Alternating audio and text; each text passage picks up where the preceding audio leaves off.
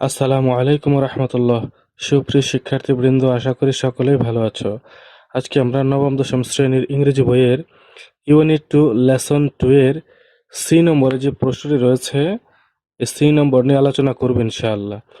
এখানে পলিউশন, দূষণ রয়েছে দুটি, এয়ার পলিউশন, সয়েল পলিউশন। এ দুটির কারণ কি, কজেস মানে কারণগুলো কি কি, কি কারণে এয়ার পলিউশন ঘটে, সয়েল পলিউশন ঘটে, এবং এ থেকে বাঁচার জন্য কি কি করতে হবে, সাজেশনস, পরামর্শ বা মতামত এখানে দেওয়া আছে। অর্থাৎ এই পলিউশন কি কারণে ঘটে এবং এগুলো থেকে বাঁচার জন্য কি করা উচিত। তো এখানে কারণ এবং মতামত দুইটাই দেওয়া আছে, বা কারণ এবং পরামর্শ দুইটাই দেওয়া আছে। তবে কিছু শব্দ মাঝখানে দেওয়া নেই, শূন্যস্থান আকারে আছে। এই শূন্যস্থানে, অর্থাৎ শূন্যস্থানে কি কি বসবে সেগুলো আমরা বসাবো। সি নম্বর এখানে বলা আছে, from your reading of the text be complete each blank space in the table with no more than 2 words and or numbers. Text be পরে টেবিলের প্রতিটি শূন্যস্থান দুইটির বেশি শব্দ বা সংখ্যা ব্যবহার না করে পূরণ করো। টেক্সট বি পড়তে বলেছে, সেটার ভিডিও আমরা আপলোড করেছি।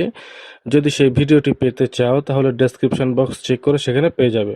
পলিউশন এখানে হচ্ছে এয়ার পলিউশন, মানে বায়ু দূষণ। কজেস কারণগুলো কি কি, টক্সিক স্মোকস ফ্রম ড্যাশ, এই জায়গাটা ছিল ড্যাশ মানে শূন্যস্থান ছিল, এখানে বসিয়েছি ইন্ডাস্ট্রিয়াল প্ল্যান্টস। শিল্প কারখানা থেকে নির্গত বিষাক্ত ধোঁয়া, এই শূন্যস্থানে বসবে কি, ইন্ডাস্ট্রিয়াল। তারপর vehicles which are old and poorly serviced, এখানে একটি শূন্যস্থান ছিল, এখানে হবে সার্ভিসড। যেসব যানবাহন পুরনো এবং সঠিকভাবে সার্ভিস করা হয়নি। Smoke from the dash fields, এখানে হবে ব্রিক ফিল্ডস। ইট ভাটা থেকে ধোঁয়া, অর্থাৎ ইটের ভাটা থেকে ধোঁয়া। স্মোক ফ্রম দ্য ড্যাশ, এখানে ড্যাশ ছিল, এখানে হবে brick.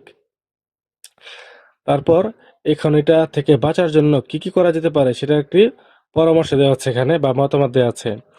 Don't drive motor cars which are older than dash years, এখানে হবে 20 মানে 20 ইয়ার্স মানে 20 বছর। 20 বছরের বেশি পুরনো গাড়ি চালাবে না। Use car lubricants of good quality to keep the emission level minimum, নির্গমন মাত্রা কম রাখতে ভালো মানের লুব্রিক্যান্ট ব্যবহার করো।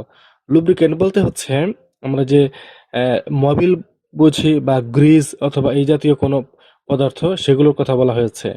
নির্গমন মাত্রা কম রাখতে ভালো মানের লুব্রিক্যান্ট ব্যবহার করো। Use CNG or LP gas as car fuel, এই কারের পরে যে ড্যাশ ছিল, ড্যাশের জায়গায় ফুয়েল লিখেছি। গাড়ির জ্বালানি হিসেবে সিএনজি বা এলপি গ্যাস ব্যবহার করো। এটা গেল এয়ার পলিউশনের জন্য। এখন আমরা সয়েল পলিউশনের ব্যাপারটা জানবো, মানে মাটি দূষণ, এটার কারণ এবং এ থেকে বাঁচার উপায়। কারণ হচ্ছে ইন্ডাস্ট্রিয়াল ওয়েস্টেজ নট ড্যাশ ছিল, ড্যাশ এই জায়গায়, এখানে হবে ডিসপোজড প্রপারলি। শিল্প বর্জ্য সঠিকভাবে নিষ্পত্তি না করা। তারপর এখানে হবে use of dash shopping bags, এখানে ড্যাশের জায়গা হবে পলিথিন।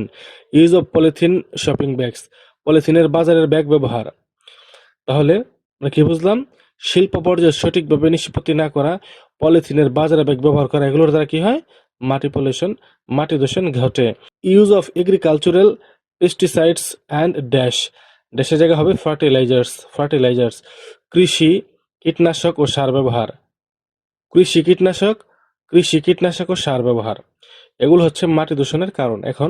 এখন এগুলো থেকে বাঁচার উপায়গুলো কি কি, বা কি কি মতামত দেওয়া আছে এখানে, বা পরামর্শ দেওয়া আছে দেখি। Use compost for agricultural purpose, কৃষিকাজে কম্পোস্ট ব্যবহার করো। রিসাইকেল, এখানে ড্যাশ ছিল, ড্যাশের জায়গা হবে recycle paper, plastics and other materials, কাগজ, প্লাস্টিক ও অন্যান্য বস্তু পুনর্ব্যবহার করো। Plant more trees to help prevent loss of fertility in the ড্যাশের জায়গা হবে টপসয়েল, উপরিভাগের মাটির উর্বরতা রক্ষা করতে বেশি করে গাছ লাগাও। তাহলে আমরা সি নম্বরটা জানলাম। বন্ধুরা, এই ভিডিওটি যদি তোমাদের ভালো লেগে থাকে তাহলে একটি লাইক দাও, আর পরবর্তী ভিডিও সবার আগে পাওয়ার জন্য চ্যানেলটি সাবস্ক্রাইব করে বেল আইকনটি অন করে দাও। সবাই ভালো থাকবে, আল্লাহ হাফেজ।